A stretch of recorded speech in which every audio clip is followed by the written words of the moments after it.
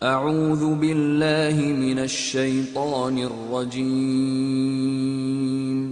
बिस्मिल्लाहिर रहमानिर रहीम।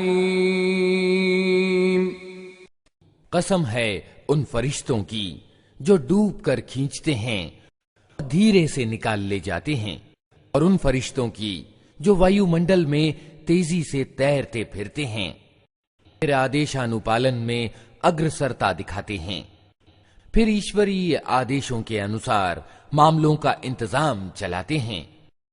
जिस दिन हिला मारेगा भूकंप का झटका और उसके पीछे एक और झटका पड़ेगा।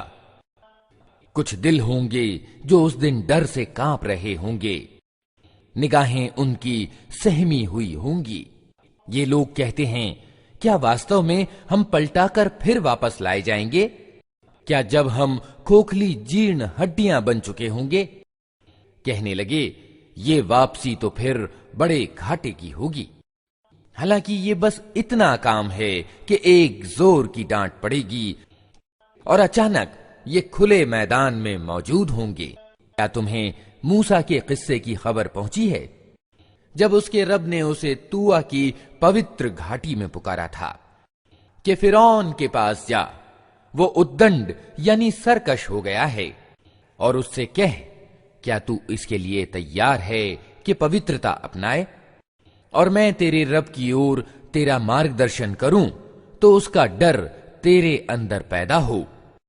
फिर मूसा ने फिरौन के पास जाकर उसको बड़ी निशानी दिखाई, मगर उसने झुठला दिया और न माना। फिर चालबाजियां करने के लिए पलटा और लोगों को इकट्ठा करके उसने पुकार कर कहा, मैं तुम्हारा सबसे बड़ा रब हूं। आखिरकार अल्लाह ने उसे परलोक यानी आखिरत और दुनिया के अजाब में पकड़ लिया।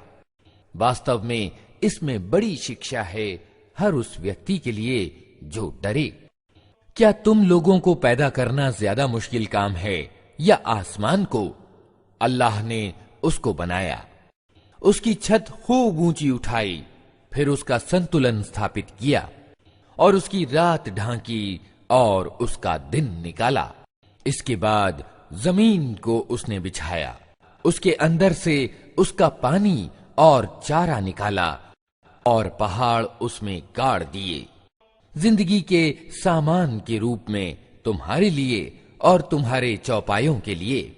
फिर जब वो बड़ा कोलाहल मचेगा, जिस दिन इंसान अपना सब किया धरा याद करेगा और हर देखने वाले के सामने दोजख खोल कर रख दी जाएगी, तो जिसने सरकशी की थी और दुनिया की जिंदगी को प्राथमिकता दी थी, दोजख ही उसका ठिकाना होगी।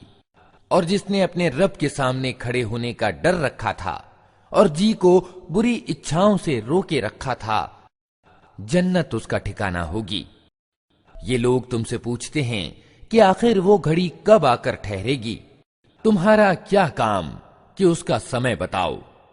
उसका ज्ञान तो अल्लाह पर समाप्त है। तुम सिर्फ सावधान करने वाले हो हर उस व्यक्ति को जो उससे डरे। जिस दिन ये लोग उसे देख लेंगे तो इन्हें यूं महसूस होगा कि दुनिया में या मौत की हालत में ये बस एक दिन के पिछले पहर या अगले पहर तक ठहरे हैं।